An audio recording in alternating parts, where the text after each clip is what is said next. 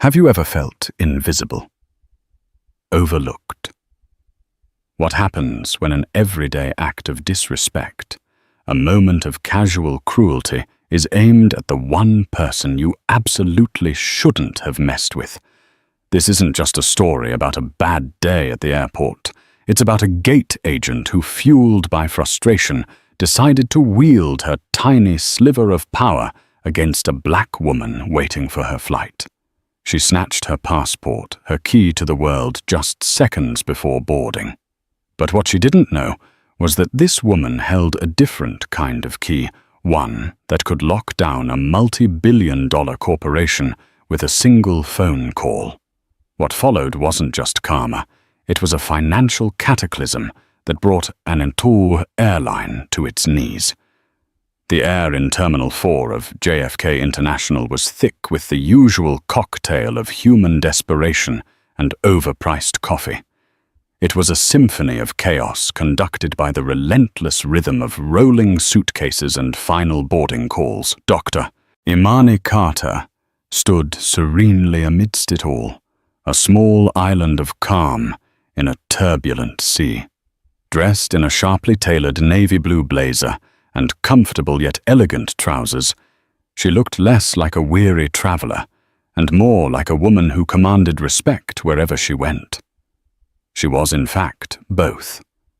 At 42, Imani was a senior partner at a prestigious global consulting firm, a job that had her collecting more air miles in a month than most people do in a decade.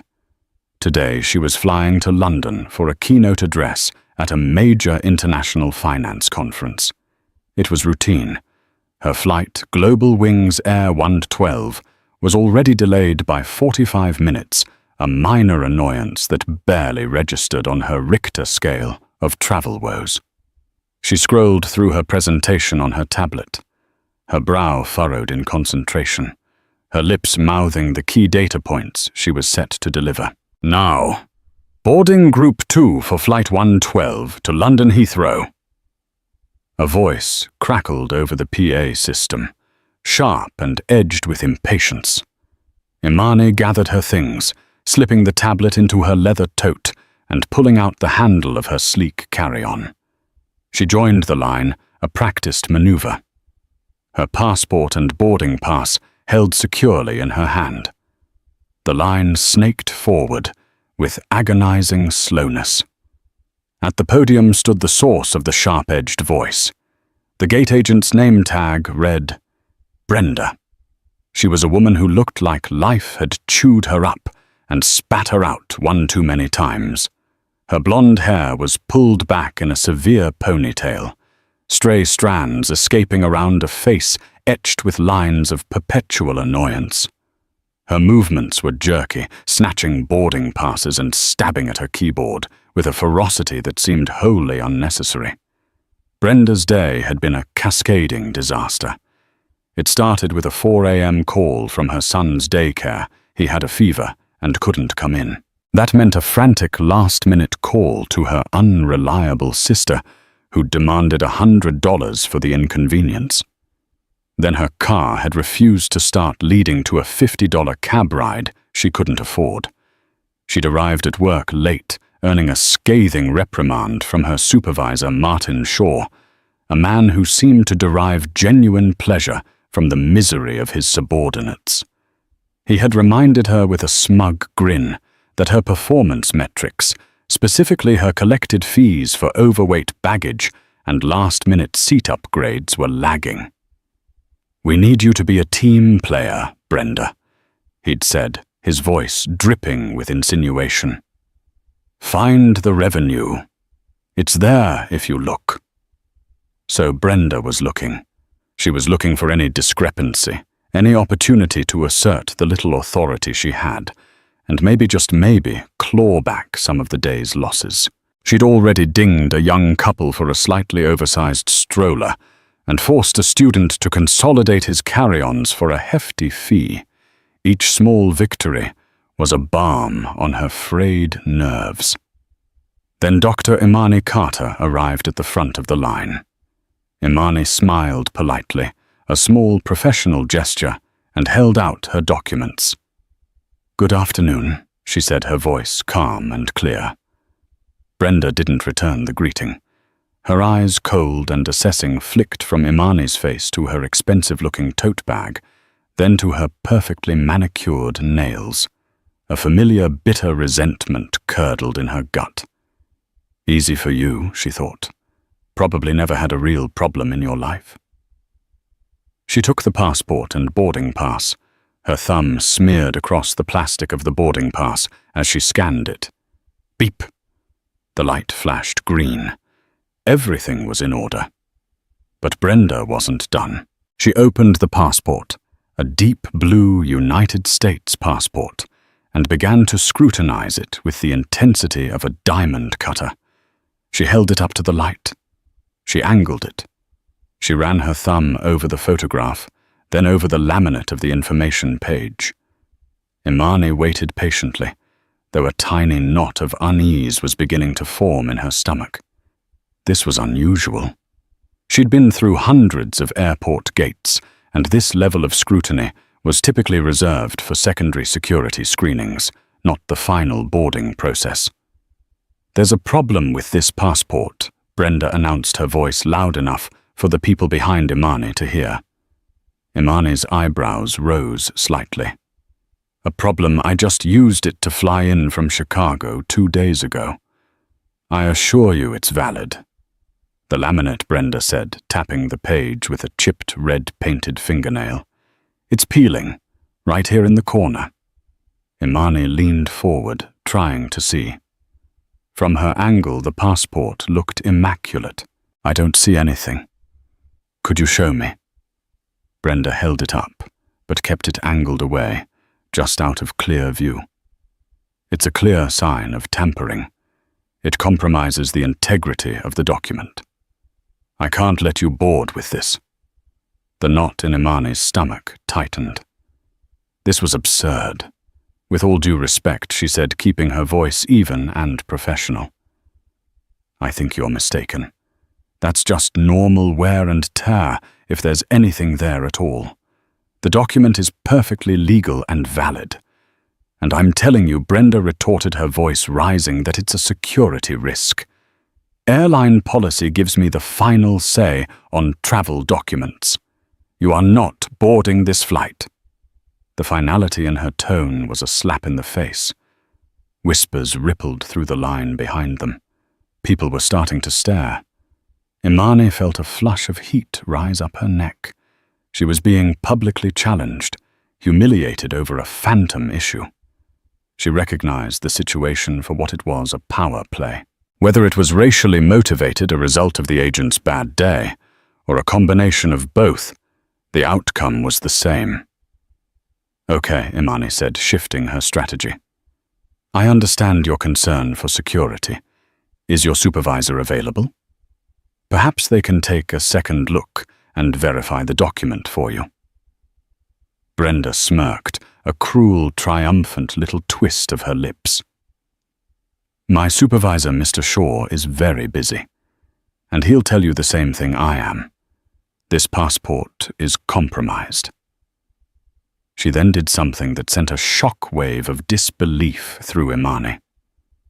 She closed the passport, but instead of handing it back, she slid it under her keyboard, effectively confiscating it. "We will have to turn this over to Customs and Border Protection for investigation." Imani stared at the spot where her passport had vanished. The confiscation of a federal document by an airline gate agent was a gross overreach of authority. It was in all likelihood illegal.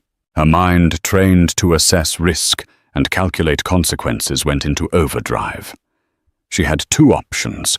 She could make a scene demand to see the supervisor and likely miss her flight and her conference, all while being branded as an unruly passenger.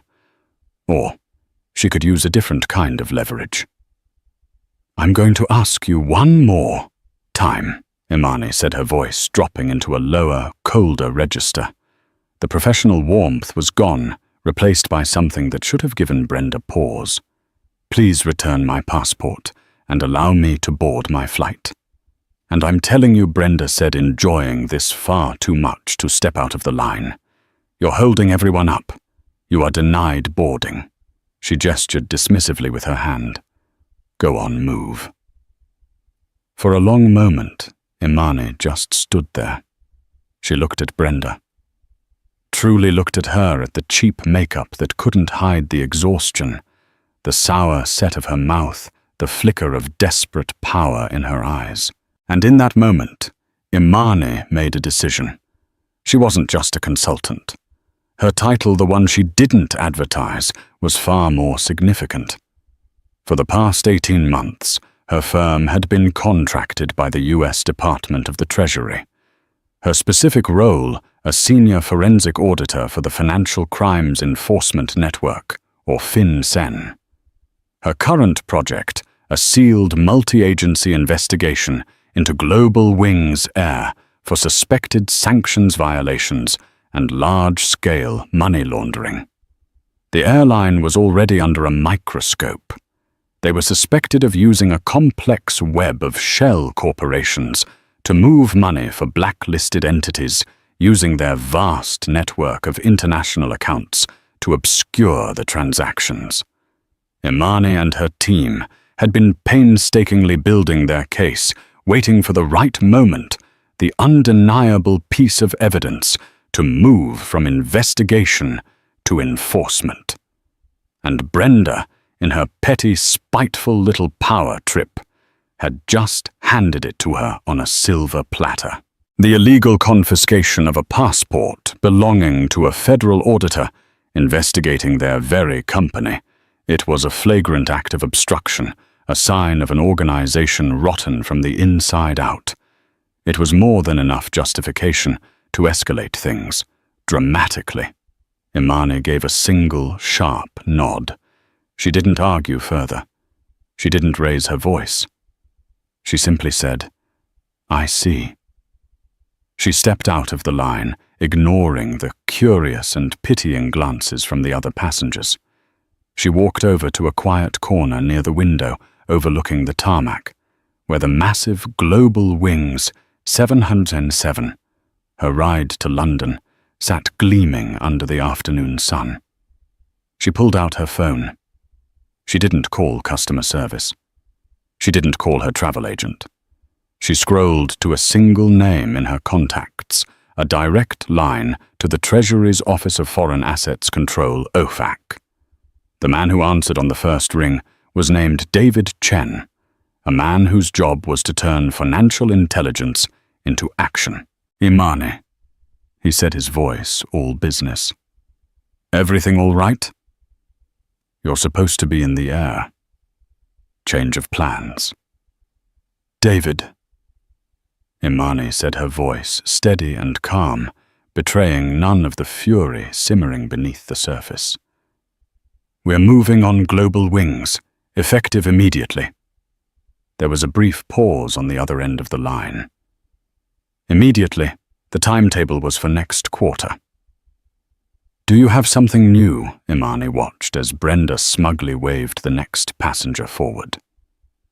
I have something new, she confirmed.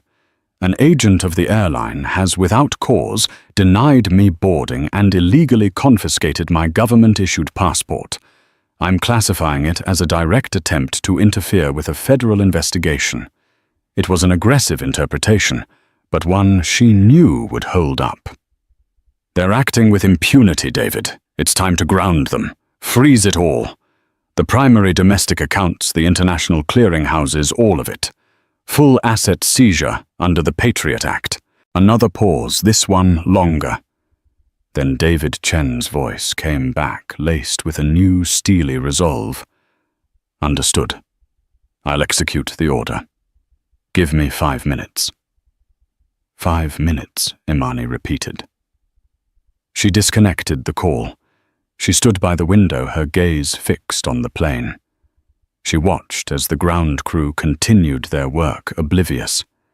She watched as passengers, her fellow travelers, filed down the jet bridge. Then she looked back towards the gate. Brenda was still there, processing people, a queen on her tawdry little throne. She had no idea that she hadn't just denied boarding to a single passenger. She had just personally, single-handedly grounded a multi-billion-dollar airline. The clock was ticking. 4 minutes. 3. 2. 5,000 miles away, in a sterile, secure office in Washington, D.C. David Chen moved with an efficiency that bordered on surgical. Imani's call was the trigger he had been waiting for, albeit sooner than anticipated. With a few keystrokes and a secure digital authorization, he activated a pre-written, sealed federal order. The order citing national security and anti-money laundering statutes was transmitted electronically and simultaneously to a dozen financial institutions, the Federal Reserve, and the international SWIFT banking system. The subject line was blunt: Global Wings Air. Total asset freeze. The effect was not like flipping a switch. It was like detonating a digital bomb at the heart of the airline's circulatory system. The first tremor hit the CFO's office at Global Wings Air's gleaming headquarters in Atlanta. A junior analyst monitoring real-time cash flow noticed an anomaly: a routine multi-million-dollar payment to their primary aviation fuel supplier, scheduled to be released at precisely 2:15 p.m. Eastern Time had just been flagged as failed. He blinked, refreshed the screen. A second alert popped up: a wire transfer to their European ground handling service had been rejected. Then a third, a fourth. Alarms coded in angry red began to cascade down his monitor. It was like watching a patient flatline in real time. He scrambled out of his cubicle and sprinted to the office of his boss, the company treasurer. "Sir, something's wrong with our accounts. Nothing is clearing. Everything is being rejected." Back at JFK, the first physical manifestation of the freeze occurred on the tarmac. The fuel supervisor for the airport's refueling consortium got a ping on his tablet. The payment authorization from Global Wings for the 25,000 gallons of Jet A1 being pumped into Flight 112 had been rescinded. His own company's policy was brutally simple: no payment, no fuel. He spoke into his radio. "Kill the pump on GWA 112. I repeat, kill the pump. Payment authorization has failed." The operator attached to the fuel hose looked up at the wing in confusion, but complied. He detached the heavy nozzle, sealed the fuel port, and began to pack up his equipment. The plane was only 2/3 full. It couldn't make it across the Atlantic. Simultaneously, the captain of Flight 112, a veteran pilot named Captain Miller, was running his pre-flight checks in the cockpit. An amber light flashed on his console. "Fuel imbalance," it read. He checked the gauges. "Tower." "This is Global 112, he said into his headset. "My fuel load is short by about 10,000 gallons. Can you confirm the refuelers are finished?" A confused voice came back from the ground controller. Global 112, stand by. We're showing your refuel service was just terminated." Inside the terminal, Brenda was still basking in the glow of her authority. She had successfully processed most of Group 2 and was about to call Group 3. Then her own screen froze. A single ominous message appeared in a stark black-and-white box. "System offline. All functions suspended. Await instructions." Her keyboard was dead. Her scanner wouldn't beep. What the hell, she muttered, jiggling her mouse. Nothing. Her colleague at the adjacent gate leaned over. "Brenda, is your system down?" The whole network just crashed. It wasn't just their gate. At every Global Wings gate across Terminal 4 and soon across every airport in the United States, the same message was appearing. Check-ins ceased. Boarding passes couldn't be printed. Ticket changes were impossible. The digital infrastructure of the airline had been paralyzed. The CEO of Global Wings Air, Richard Sterling, was in a board meeting boasting about their projected third-quarter profits when his phone began to vibrate violently on the polished mahogany table. It was his CFO. Sterling, annoyed at the interruption, ignored it. It immediately began vibrating again. With a sigh and an apologetic smile to his board members, he answered, "This had better be important, Bob." The voice on the other end was panicked, breathless. "Richard, we're frozen. The Treasury has frozen every single one of our accounts. Domestic, international, everything. We have no money. We can't pay for fuel. We can't pay salaries. We can't even buy a cup of coffee with a corporate card. It's over. We have zero access to our capital."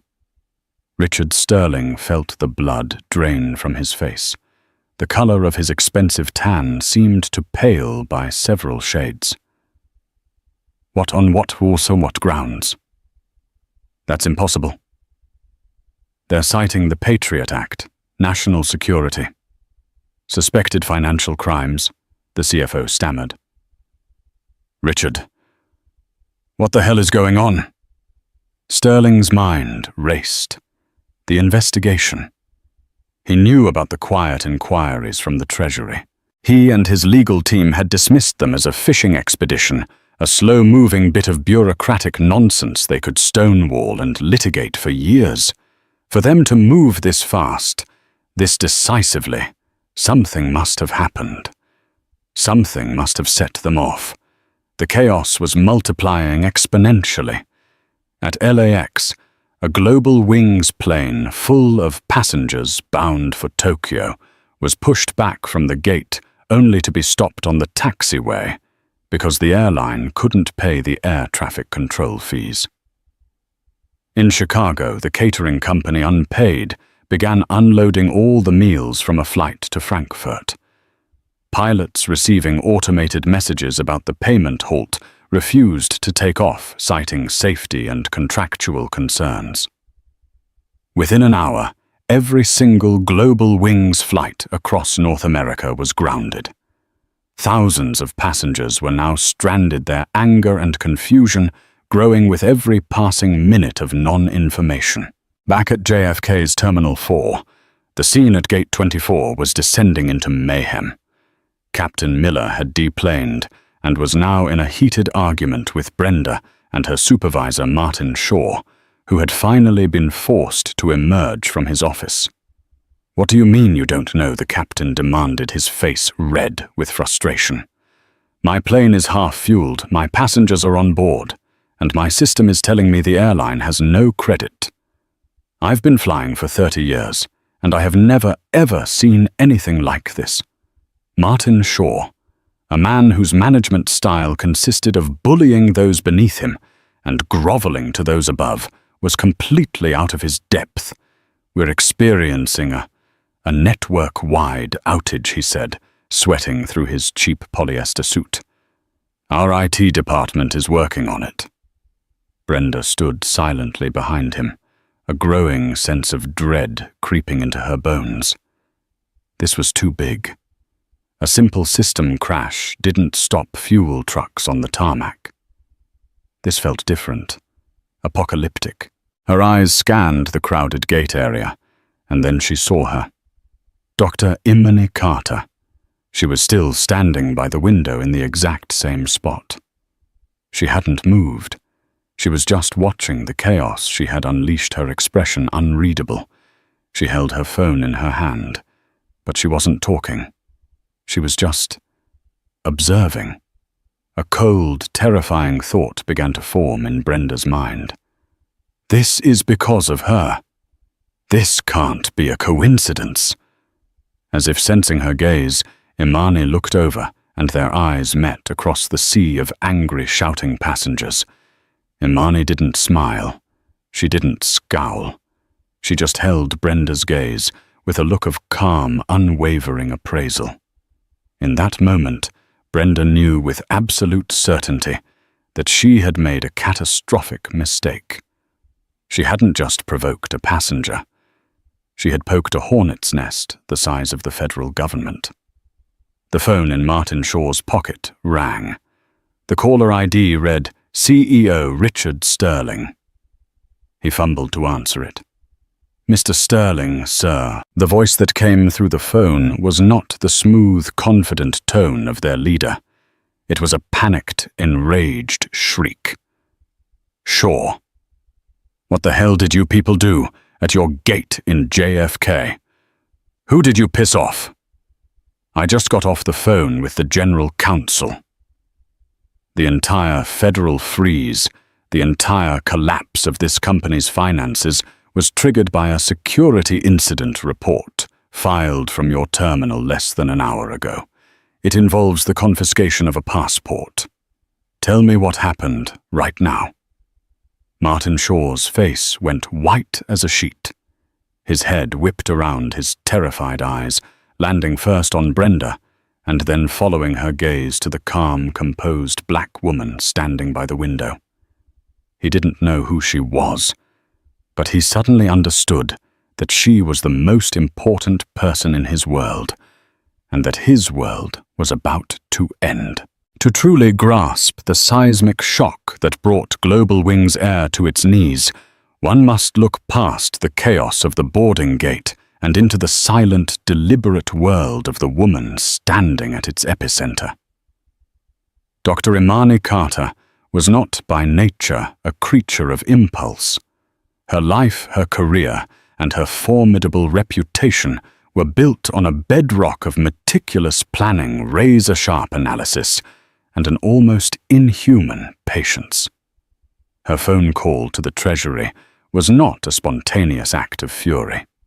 It was the final devastating move in a game of geopolitical chess that had been unfolding in the deepest shadows of international finance for nearly 2 years. Imani's path to that JFK terminal began not with a travel agent, but with a discreet recruitment lunch in Washington, D.C. 3 years prior. At the time, she was a titan in the private sector, a senior partner at a top-tier forensic accounting firm. Corporations paid her millions to find the financial needles in their industrial-sized haystacks, to uncover executive fraud, untangle messy mergers, or trace assets hidden by clever opponents. She was, by all accounts, brilliantly successful, but she was also profoundly bored. The challenges had become repetitive, the victories purely financial. The man from the Department of the Treasury, who sat across from her, made a different kind of offer. He didn't promise wealth, he promised purpose. The government didn't need her to maximize shareholder value. They needed her to hunt monsters. He spoke of kleptocrats who looted their own nation's terrorist networks, that moved money with the click of a mouse, and rogue states that used commercial enterprises as fronts for their illicit activities.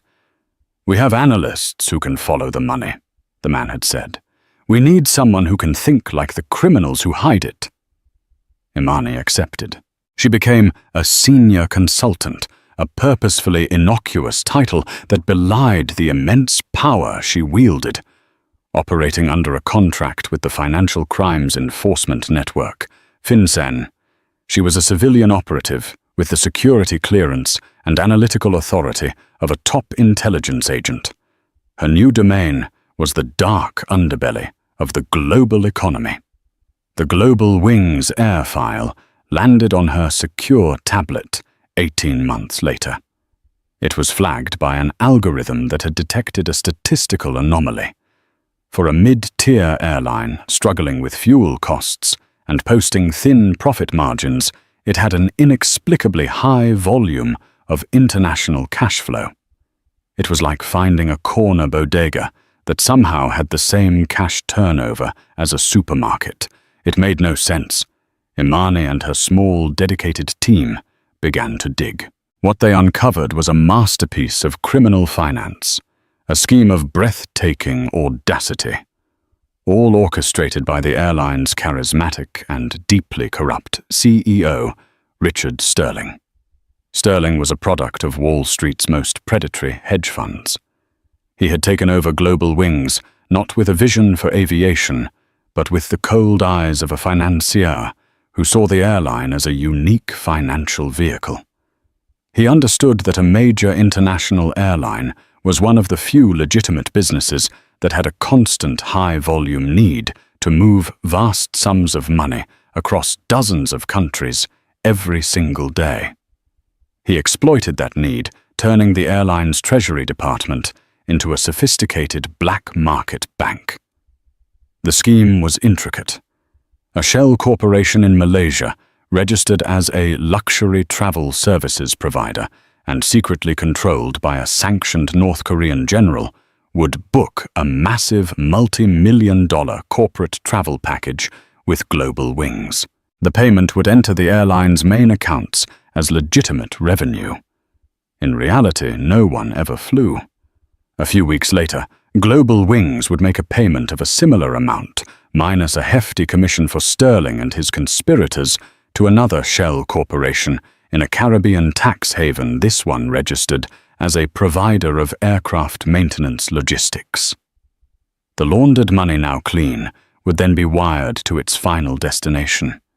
Imani's team found dozens of such pairings. Payments for non-existent catering from Macau phantom landing fees in Cyprus, massively inflated contracts for in-flight entertainment from Panama. It was a global shell game using the airline's legitimate cash flow as the perfect cover. They were washing billions. This criminal enterprise was the airline's real profit center, the secret engine keeping its stock price afloat and funding Sterling's obscenely lavish lifestyle. Sterling was a man drunk on his own cleverness. He viewed government regulators with utter contempt, seeing them as slow-moving bureaucrats, incapable of understanding his genius. His legal team, a pack of high-priced sharks, had assured him that the Treasury's inquiries were merely a routine audit, a fishing expedition they could stall and litigate into oblivion. He believed he was untouchable. Imani's team had meticulously mapped the entire network. They had the data, the transaction records, the shell company ownership structures. They had enough to prove the what, but they needed something more to secure the swift, decisive action required to prevent Sterling from simply moving his operation to another company. They needed to prove the who and the how in a way that was undeniable. They needed proof of a rotten culture of active, willful lawlessness that went beyond the balance sheets. They needed a mistake in the real world. That's when Imani devised the final phase of the investigation. Her trip to London was entirely legitimate.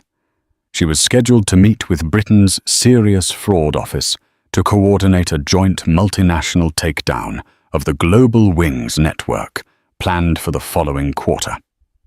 But she made a crucial decision. She would fly on Global Wings. She would use her own name, a name she knew was on a confidential FinCEN watch list. She was turning herself into live bait. What are we expecting to happen? David Chen. Her direct contact at the Office of Foreign Assets Control, OFAC, had asked her during a secure video conference a week earlier. Best case, nothing, Imani had replied. Worst case, they flag my name and my travel is suddenly complicated.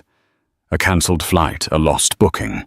Any anomaly that suggests their internal security is actively cross-referencing passengers against law enforcement watch lists would be evidence of consciousness of guilt. It would help prove they know they're engaged in criminal activity. She never in her wildest projections imagined the form that complication would take. She never imagined the gift she would be given by a gate agent named Brenda. When Brenda snatched her passport, a jolt went through Imani. It wasn't anger, not at first. It was a moment of stunning, ice-cold clarity. A switch flipped in her mind. She was no longer a passenger. She was a federal contractor on official business whose government-issued travel document, her key to a meeting with allied foreign law enforcement, had just been illegally confiscated by an agent of the very entity she was investigating. This was not a customer service dispute. This was obstruction. In that instant, the entire strategic landscape of the investigation shifted. The meticulous 18-month timeline, the planned takedown for next quarter, all of it became obsolete. Brenda's petty act of tyranny was the legal trigger, the exigent circumstance they needed to bypass the final layers of bureaucratic red tape and act now. It was the real-world mistake Imani had been hunting for, delivered to her on a silver platter. While the chaos erupted around the gate, Imani's mind was a whirlwind of cold calculation. She walked away, her movements deliberate. She found her quiet spot by the window, not just to make a call, but to think it through one last time. She pulled up the statutes on her phone. The Patriot Act, Bank Secrecy Act. She had them all.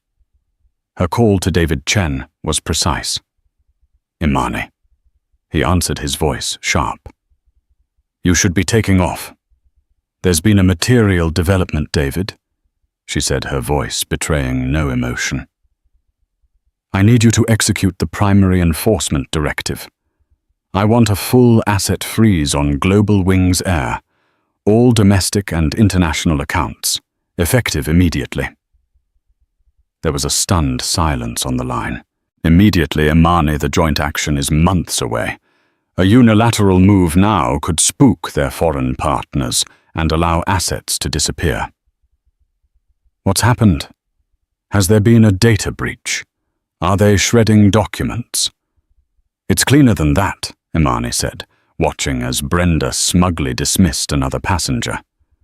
"I'm at JFK Gate 24, my flight to London. I've been denied boarding. An agent of the airline has physically confiscated my passport and is refusing to return it." David was still skeptical. "A gate agent? You want to freeze a multi-billion-dollar corporation based on the actions of a single gate agent?"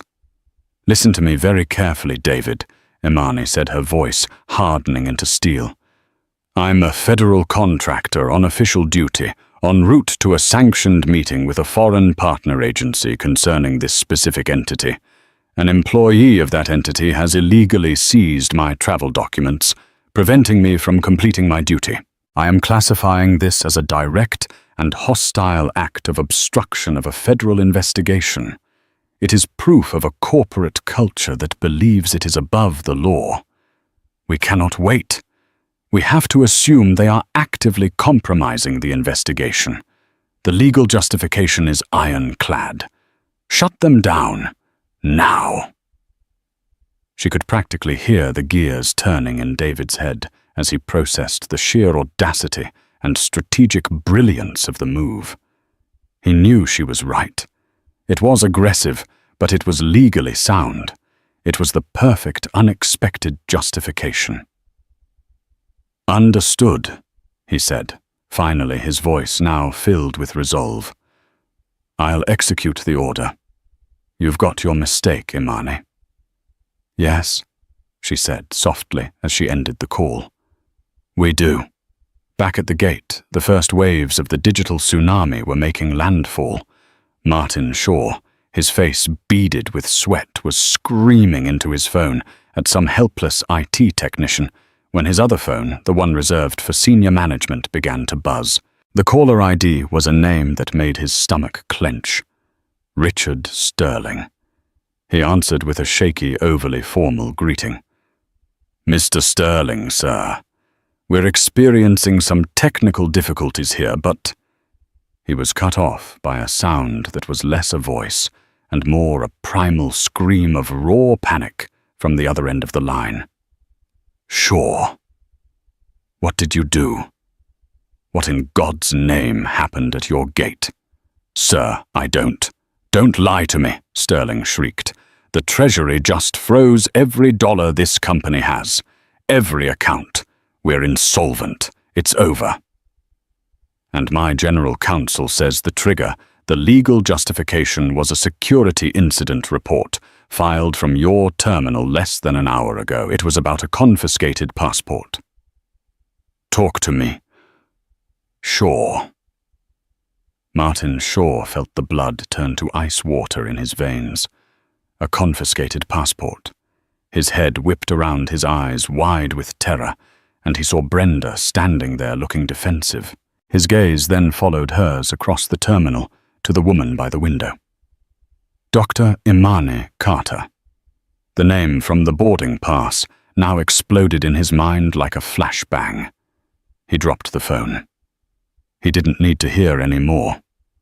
He, Martin Shaw, had presided over the single stupidest, most catastrophic customer service interaction in the history of aviation. He saw his career, his bonus, his entire world crumbling to dust. And in that moment of pure terror, his survival instincts kicked in. It wasn't his fault. It couldn't be. It was her fault. He turned to Brenda, his face a mask of cold fury. All the pressure he had felt from Sterling, all his own fear, he now directed at her, like a fire hose. "You," he snarled, his voice low and trembling. "What did you do to that woman?" His mind was already spinning, crafting the story, building the retaining wall that would protect him. This ignorant, insolent woman had gone rogue, and he, Martin Shaw, would be the one to expose her. She would be the sacrifice. The fallout from the asset freeze was not a slow decline. It was a swan dive into a black hole. The name Global Wings Air, once a familiar sight on departure boards, became an overnight headline, a case study in corporate implosion. The initial reports, seeded by frantic low-level PR staffers, spoke of a catastrophic, nationwide IT failure, a vague and palatable lie that bought them mere minutes of public confusion. But the truth, a far more venomous and compelling story, began to leak from the Treasury and Justice Departments. By sunset, the words "federal asset freeze" and "criminal investigation" were inextricably linked to the airline's brand. The stock trading for $12 a share at market close was now effectively worthless, a digital ghost waiting for the opening bell to be exorcised into oblivion. Inside the C-suite of the Global Wings headquarters in Atlanta, a pressurized panic had taken hold. CEO Richard Sterling, a man whose entire identity was built on the perception of untouchable success, was now a cornered animal. He was pacing his vast office, the plush carpeting unable to muffle the furious energy radiating from him. With him were his general counsel, a grim-faced man named Arthur Vance, and the head of his public relations team, a perpetually anxious woman named Chloe. "The narrative is simple," Sterling barked, chopping the air with his hand. "We get ahead of this. We feed them a villain, a single hateful rogue employee, a lone actor whose deplorable actions do not reflect the sterling, no pun intended, values of this corporation." Arthur Vance, the lawyer, shifted uncomfortably in the leather wingback chair. "Richard, the U.S. Attorney's Office isn't going to freeze the assets of a $9 billion company over one employee's bad day. They have something else. This action is the culmination of their investigation." "I don't care," Sterling roared, his face flushed. "Evidence, schmevidence, we're fighting in the court of public opinion. Now, Chloe, I want a statement drafted. We are appalled, disgusted, and heartbroken by the treatment Dr. Carter received. We have a zero-tolerance policy for discrimination. The employee in question, Brenda, has been terminated, and we have extended our deepest, most sincere apologies to the victim. We will make this right. We will fly her anywhere she wants in the world, first class, for the rest of her life." make us look like the good guys who just discovered a cancer cell and cut it out. Chloe was frantically typing on her laptop, her face pale. What about the freeze, Richard? The media is asking why the Treasury would take such a drastic step for a customer service issue. We express profound confusion and deep concern over the government's shocking and precipitous overreach. Sterling dictated his voice, dripping with feigned gravitas. We are fully cooperating, but believe this to be a grave misunderstanding that is harming thousands of our dedicated employees and loyal customers. We're filing an emergency injunction to lift the freeze on humanitarian grounds. We have planes full of people, for God's sake. It was a masterful performance of corporate doublespeak, a carefully constructed fortress of lies. Sterling was betting everything on his ability to shape the story, to isolate the incident at Gate 24 from the vast financial crimes he had orchestrated. He believed he could sacrifice the pawn, Brenda, and the regional manager, Shaw, to protect the king. His fatal error was assuming his opponent was merely another player in the game of public relations. He failed to comprehend that Dr. Imani Carter wasn't playing a game at all. While Sterling was building his fortress, Imani was dismantling it brick by brick. She wasn't at home fielding calls from a suddenly contrite airline. She was in a sterile, fluorescent-lit conference room in the U.S. Attorney's Office for the Southern District of New York. Across from her sat Assistant U.S. Attorney David Nolan, a sharp, ambitious prosecutor who had been living with the Global Wings investigation for the better part of a year. He had the spreadsheets, the wire transfers, the shell company diagrams. He had a mountain of cold, hard data. Imani transformed that data into a living, breathing story. For 18 months, she began her voice calm and measured. We've tracked their financial flows. We've seen them launder money for sanctioned states and terrorist financiers.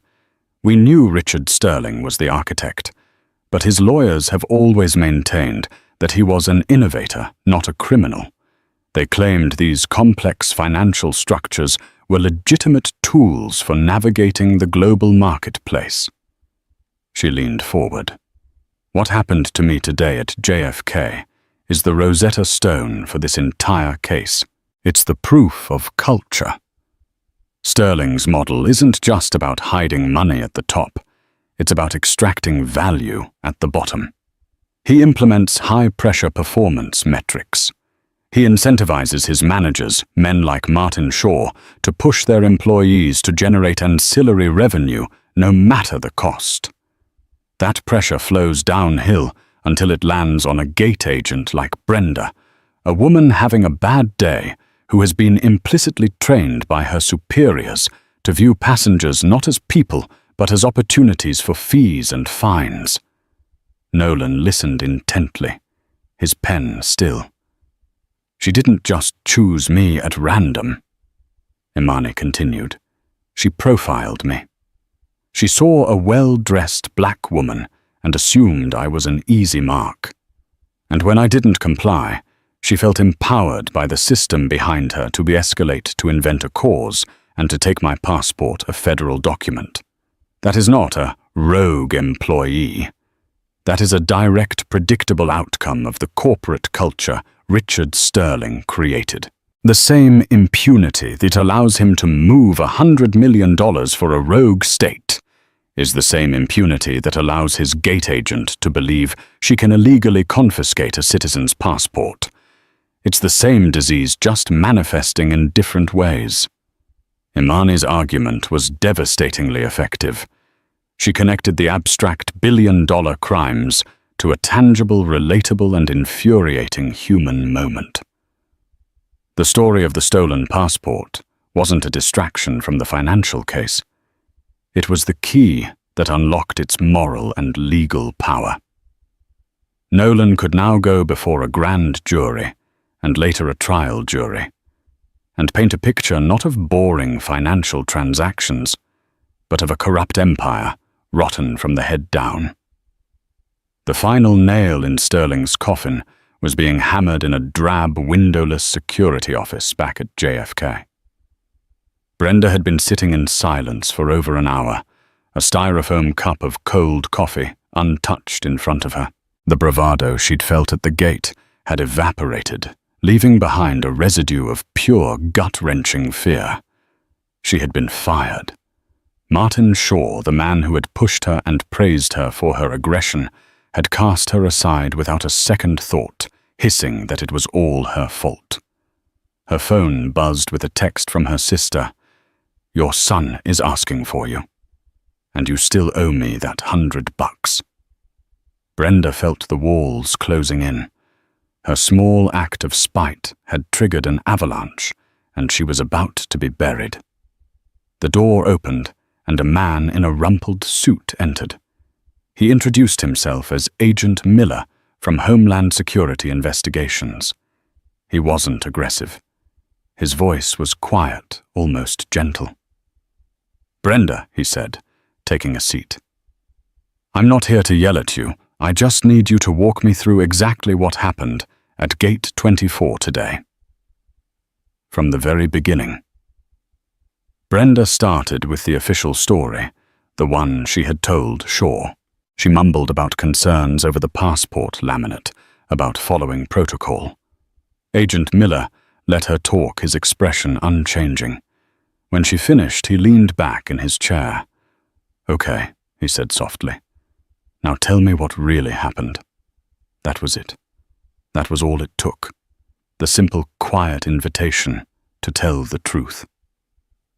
Brenda's composure finally shattered. A great shuddering sob escaped her, and then the words came tumbling out in a torrent of shame and desperation. There was nothing wrong with her passport. She cried, tears streaming down her face. It was perfect. I made it up. I made it all up. She told him everything. She told him about her sick son, the broken-down car, the rent she couldn't pay. And she told him in damning detail about Martin Shaw. She pulled out her phone and slid it across the table. "Look," she whispered. Agent Miller scrolled through months of text messages.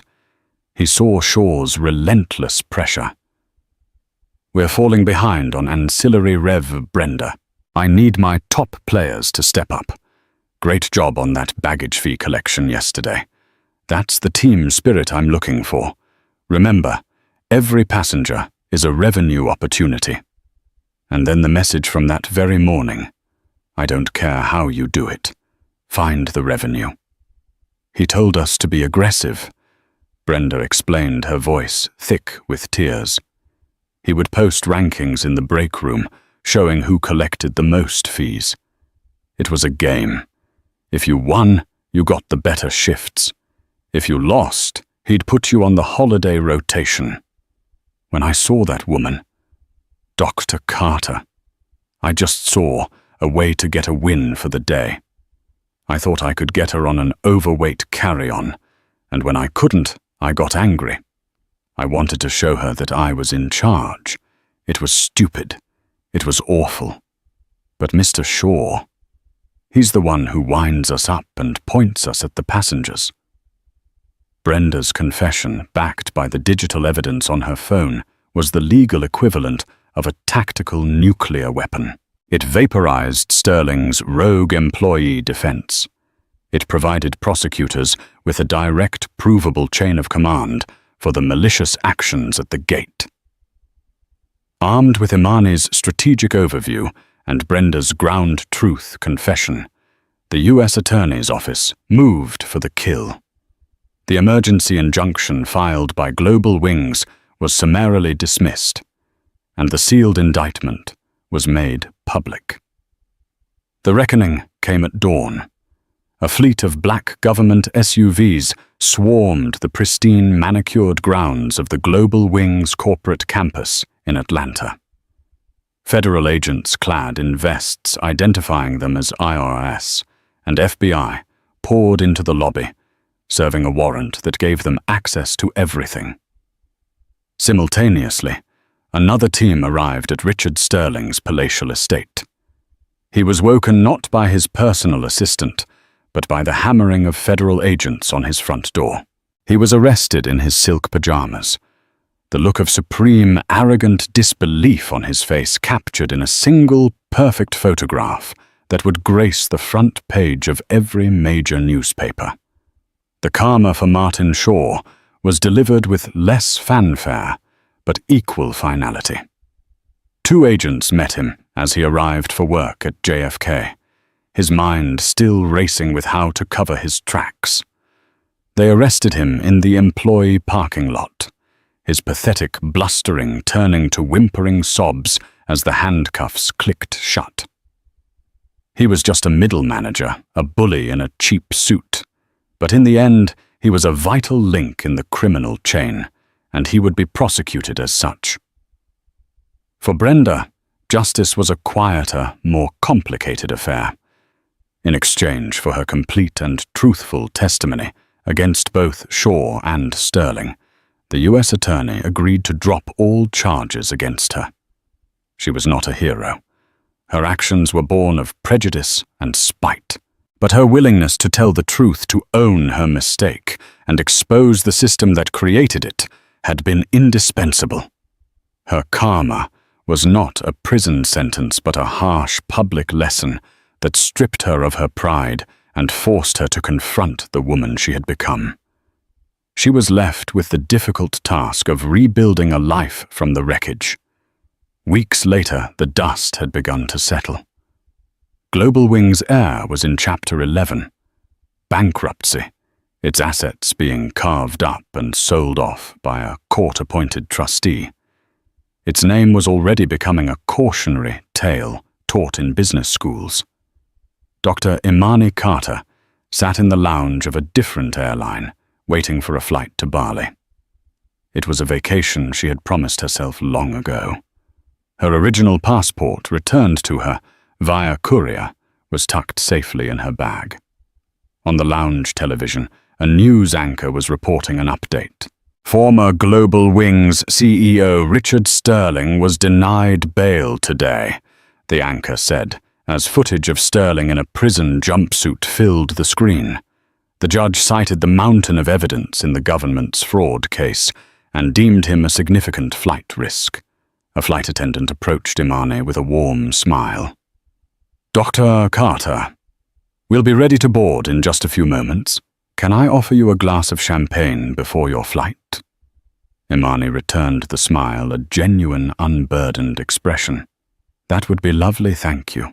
She accepted the glass, the cool crystal a welcome contrast to the memory of the chaos. She had never wanted this fight. She had simply wanted to get on her flight to London. But when a corrupt system had chosen her as a target, she had responded not with anger, but with the full, unblinking and catastrophic weight of the law.